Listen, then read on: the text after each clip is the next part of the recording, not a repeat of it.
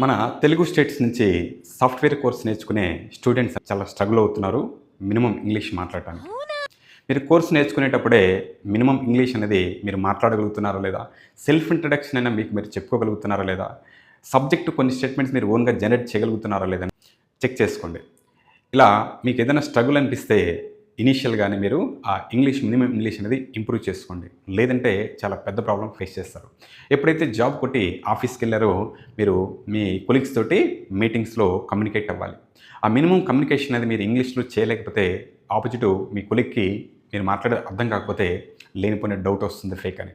Okay, subject అంతా స్ట్రాంగ్గా నేర్చుకుంటున్నారు, బట్ మినిమం కమ్యూనికేషన్ లేనప్పుడు ప్రాబ్లం వస్తుంది. అది ముందే ఇంప్రూవ్ చేసుకోండి. ఎప్పుడైతే కోర్స్ నేర్చుకుంటున్నారో అప్పుడే మినిమం ఇంగ్లీష్ అనేది ఇంప్రూవ్ చేసుకోండి. చిన్న ఎగ్జాంపుల్ చెప్తున్నాను. ఒక పర్సన్ కాల్ చేశాడు.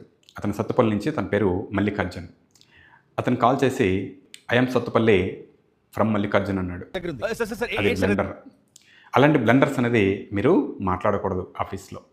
ఒక 2 స్టేట్మెంట్స్ నేను ఇస్తున్నాను.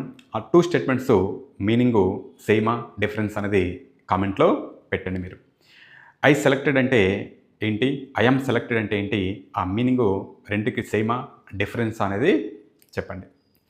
ఈ వీడియోని లైక్ చేయండి, మీ ఫ్రెండ్స్కి షేర్ చేయండి, అకౌంట్ని ఫాలో చేయండి. Thank you guys.